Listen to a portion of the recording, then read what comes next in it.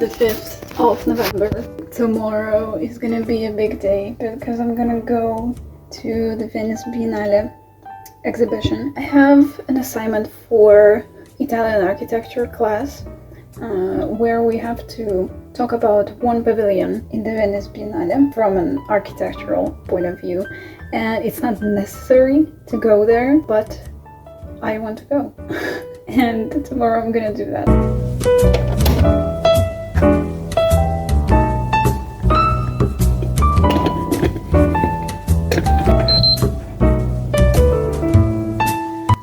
Headed out to the Venice Biennale. It's around 9 o'clock and it opens at 10, and I need to be there when it opens. I'm pretty sure there are gonna be a lot of people still, but I think it's better if we come in the morning. The outfit to the Venice Biennale. It is cold though right now because it is early in the morning. It's early morning. Bjork song preference.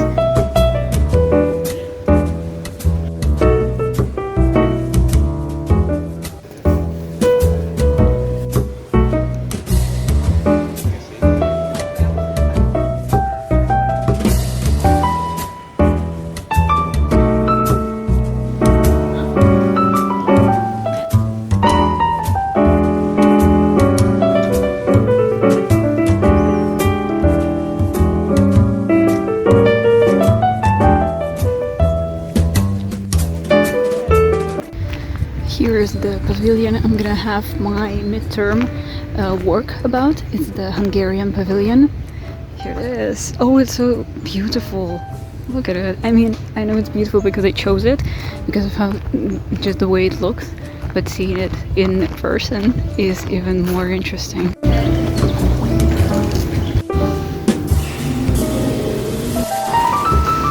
I just had such a weird experience. I went into one of the pavilions and I saw this famous artwork.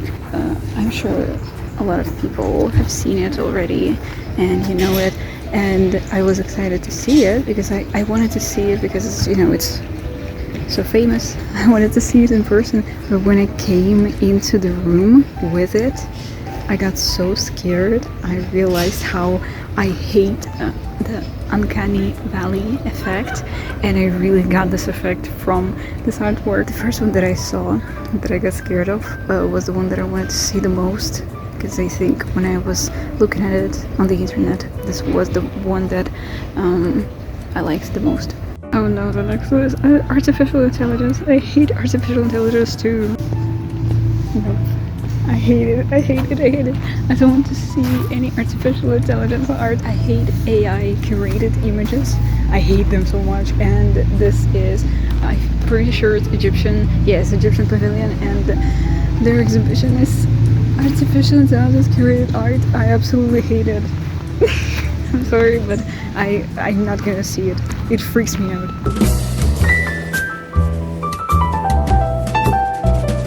This was the Austrian pavilion. I liked this one. I'm pretty sure it was about self-image and also just the problems of our world. And you know, while I was getting here on my way, I was listening to Johnny Mitchell's song Sex Kills. I feel like it suits this exhibition very well. So far, I think the Hungarian pavilion leads, in my opinion. I liked the works. They were sculptures with mosaic elements, with chains, and the topic was very interesting. It was about finding other people, but also the feeling of loneliness. There was a phrase which describes this artwork there inside, which was something like, we try to seek out other people, but eventually we get wounded by them. And I like that. I like the message. Wow, I liked the Brazilian one as well. You know, the exit and the entrance is an ear. As you can see, this is an ear. Inside of the exhibition there was this, this very squeaky high note noise that, I mean, I have two thoughts about what this could be. First of all, I'm pretty sure this noise is from the machine that's pulling a head in the exhibition up and down. But when I first entered, I thought that this noise was, how to say this, duplicating a noise that we have, in your ears when your temperature is going up, or when your head's hurting, when you're having migraines, and in your ear there's this high-pitched noise, and I'm not sure if that was supposed to be represented like that, but that was my initial thought.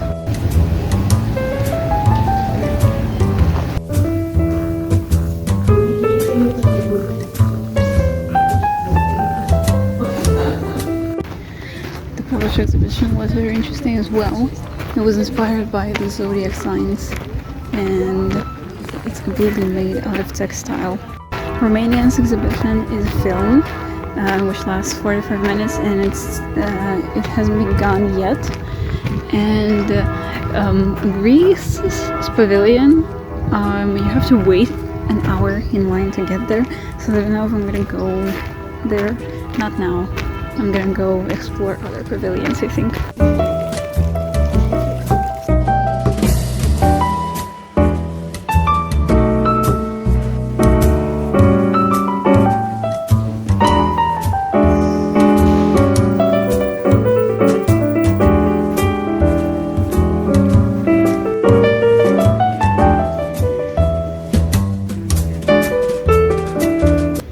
Scandinavian countries were all in one pavilion, and the topic was Sweden and problems with colonization. I really liked this exhibition as well. This might be my new favorite one.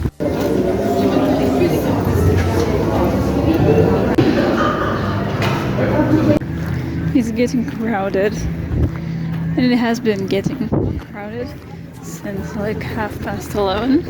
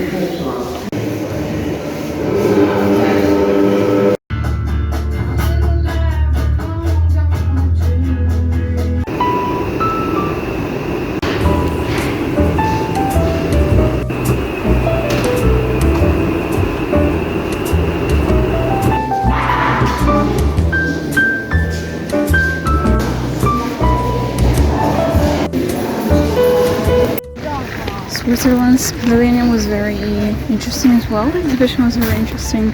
I will show a little clip of it, but be careful, it has flashing lights, so if you're sensitive to flashing lights, skip 10 seconds ahead.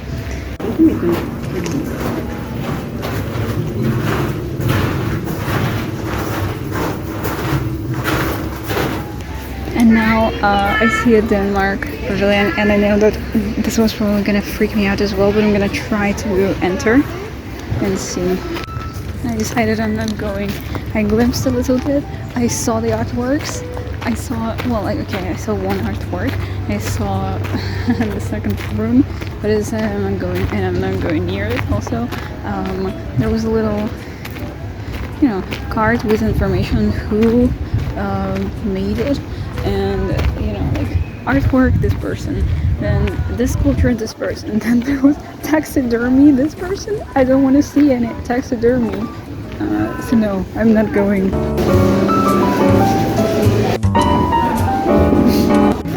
I'm pretty sure I walked through all of the pavilions by this time, and it's like 1 p.m. or 1:30 p.m. around that time.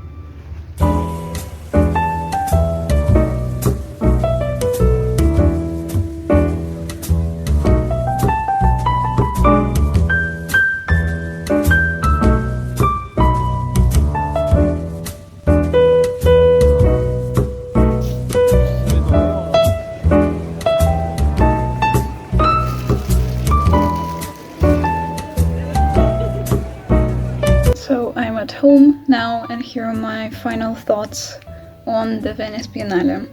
My favorite pavilion was definitely the French pavilion. It was the whole exhibition in the French pavilion was staged as a filmmaking studio, and you can walk through the rooms and see different parts of this filmmaking studio. And then in the pavilion also you can go into a little theater and see the film, and in the film there are all of these rooms that you just went through.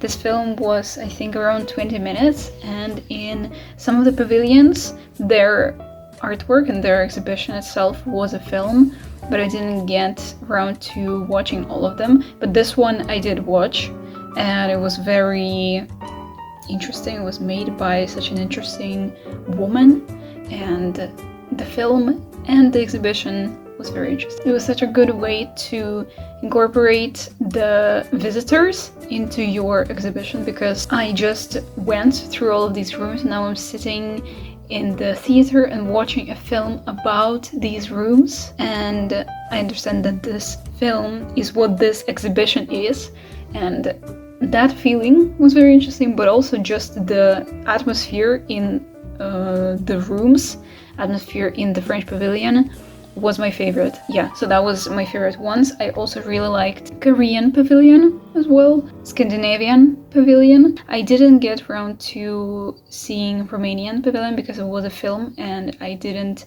watch it. I also didn't see the Greek pavilion because the queue was very long. Oh yeah, and I didn't fully see the Denmark's pavilion. I knew what's going to be in there. I knew that these are going to be extremely realistic sculptures of the centaurs, and I remembered what I've experienced with the extremely realistic sculpture of a woman in the Venetian pavilion, and I didn't like this feeling. But that was, I walked into the room with with this woman, and this was just a human-like woman, and I got this anxious feeling, and I didn't want to be in that room. And I knew that in the Denmark's pavilion, these are not only people, but these are centaurs, and the imagery is quite disturbing. So I didn't want to see them very closely, but I walked into the pavilion very, very cautiously. and I just glimpsed into the room with one of the sculptures, and I didn't go any further because that kind of freaked me out already. And I didn't walk through the Egyptian pavilion as well, because it was a pavilion with an AI generated art, and I also really don't like AI generated art and how it makes me feel.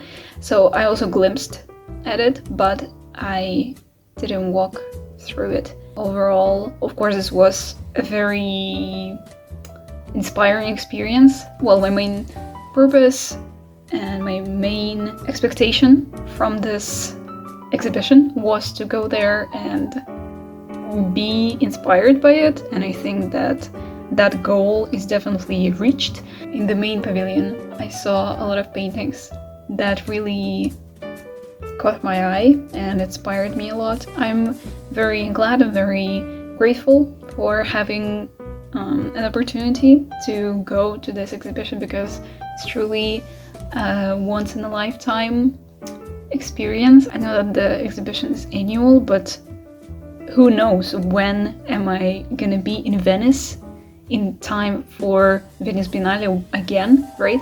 So yeah, as I said, it was a very inspiring, very interesting experience for me.